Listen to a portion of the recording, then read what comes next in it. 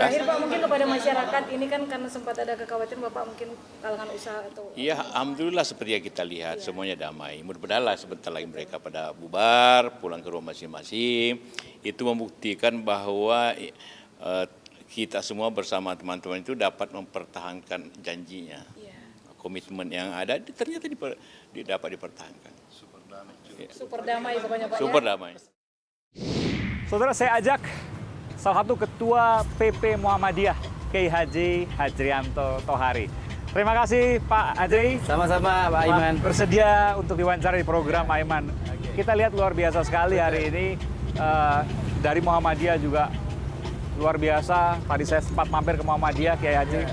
Saya ingin tanyakan apa yang ada di benak Pak Hajri terkait dengan aksi 2 Desember hari ini. Saya rasa unjuk rasa 2 Desember ini sangat spektakuler. Bahkan lebih ke doa bersama. Betul. Dibandingkan dari 4/11, 2/12 ini sangat spektakuler dan jauh lebih fantastik ya. Terutama dari sudut jumlah peserta unjuk rasa atau doa bersama ini. Saya rasa jumlahnya berlipat dari unjuk rasa 4 November yang lalu. Saya kebetulan sempat naik ke stasiun Gambir. Jutaan ya? Ya, melihat dari atas stasiun Gambir ke kanan, ke kiri, depan, belakang. Jumlahnya sangat besar. Dan itu dapat berlangsung dengan tertib, damai, bahkan boleh dikatakan relatif sejuk. Ya, sebuah unjuk rasa yang paling sejuk di dunia. Beberapa waktu yang lalu digambarkan dunia Islam dan umat Islam Indonesia itu dihadapkan pada posisi di ambang sektarianisme, bahaya sektarianisme. Tetapi hari ini saya rasa menunjukkan itu semua, membantah itu semua bahwa sebetulnya umat Islam ini memiliki rasa ukhuwah ya, persaudaraan yang sangat tinggi di antara mereka. Tetapi yang lebih jauh mengesankan lagi adalah mereka ini cinta betul ya sama negara kesatuan Republik Indonesia. Ini sebuah ekspresi dari cinta bangsa. Saya lihat tadi orasi-orasi, tausiah-tausiah dan iya sangat sejuk. Bahkan saya tadi kan sengaja pagi itu berangkat dengan kereta api dari Pasar Minggu. Seluruh gerbong itu pernah penuh dengan lautan massa yang putih. Tapi di antara mereka ini saling mengingatkan, saling menasihati. Nanti jangan sampai kita mudah terprovokasi. Kita harus betul-betul menunjukkan damai. Mendengarkan sendiri. Saya sampai. Padahal mereka belum tentu kenal. Belum ya. Saya itu sampai hebat sekali dari ekspresi di antara mereka saling berwasiat tentang kedamaian, tentang jangan sampai terprovokasi. Itu saya berpindah dari satu gerbong ke gerbong yang lain. Ini betul-betul sebuah pelajaran. Sekedar untuk mengetahui bagaimana suasana di bawah terkait dengan unjuk rasa ini. Betul. Pak Hajri turun langsung naik kereta ingin mengetahui langsung dan itulah yang didapat. Dan boleh dikatakan doa bersama yang digelar kali ini adalah pengumpulan massa yang paling besar sepanjang sejarah. Saya rasa ini unjuk rasa paling besar dalam sepanjang sejarah Indonesia. Bahkan dengan people power yang sangat berdimensi politik tahun 98 itu lebih besar. Ada kritik yang menyatakan bahwa tuntutan itu merupakan intervensi terhadap penegak hukum. Bagaimana pandangan ini dimaknai oleh Pak Hajri?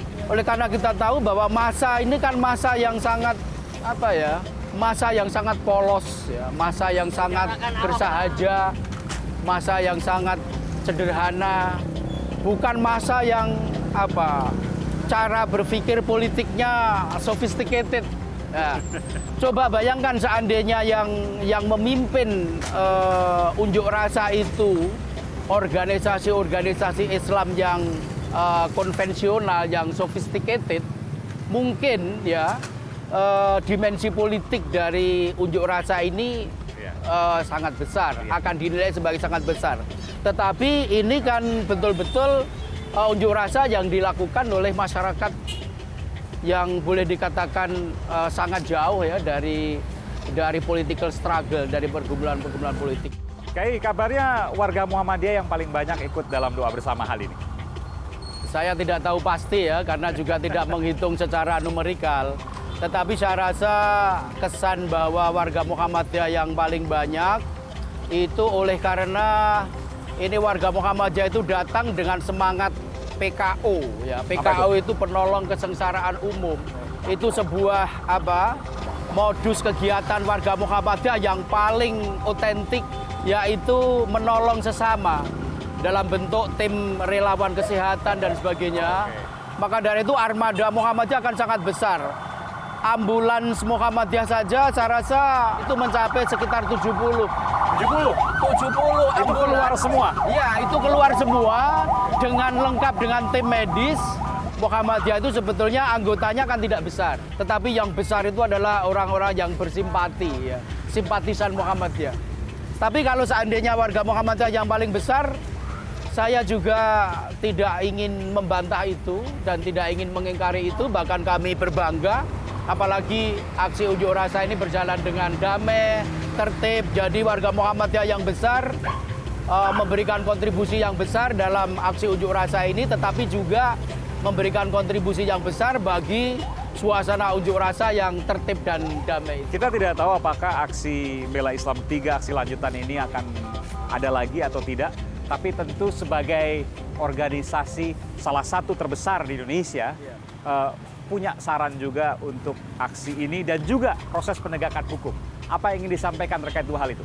Ya, saya rasa dari sisi umat Islam Indonesia, terutama warga dan simpatisan Muhammadiyah khususnya dan umat Islam pada umumnya, sangat lebih baik kalau kita berada pada posisi untuk mengawal jalannya proses hukum ini.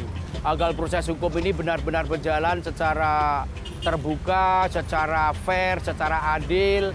Hendaknya pengadilan ini betul-betul juga menjadi pengadilan yang memenuhi rasa keadilan dalam masyarakat, ya. Karena yang namanya hukum itu bukan hanya berdimensi legal formalistik, hanya berdimensi kalimat-kalimat dalam undang-undang, hanya berdasarkan pada alat-alat bukti yang sifatnya itu legal dan formalistik itu tadi, tetapi hukum yang paling tinggi itu kan adalah rasa keadilan masyarakat. Maka dari itu pengadilan dengan tanpa harus merasa mendapatkan intervensi dari tekanan publik itu dapat benar-benar berjalan untuk memenuhi rasa keadilan masyarakat. Dilengkapi dengan sisi yang ketiga dari pemerintah, ya. Dari pemerintah, terutama dalam hal ini Presiden Jokowi, hendaknya betul-betul mengejawantahkan pernyataan-pernyataannya selama ini bahwa beliau tidak melindungi Ahok dan tidak melindungi Pak Basuki Cahayapurnama, dan juga lebih daripada itu juga tidak melakukan intervensi terhadap proses hukum ini,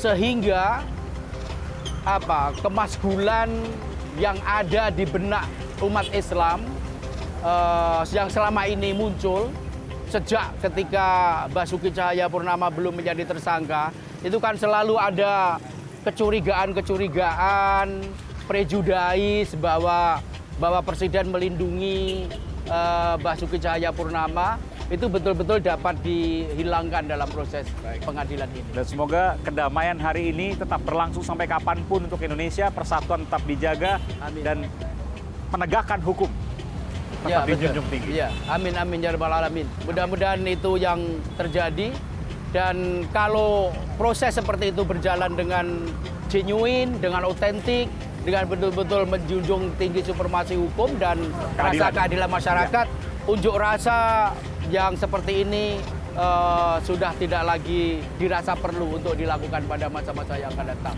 Umat Islam harus memetik pelajaran yang sangat hebat, yaitu memiliki kemampuan memobilisasi massa yang sangat besar dengan tertib dan damai, dan ini merupakan modal sosial politik yang besar untuk melangkah ke depan. Dan itu terjadi hari ini. Terima kasih Kiai Haji Hajrianto Tohari, Ketua PP Muhammadiyah.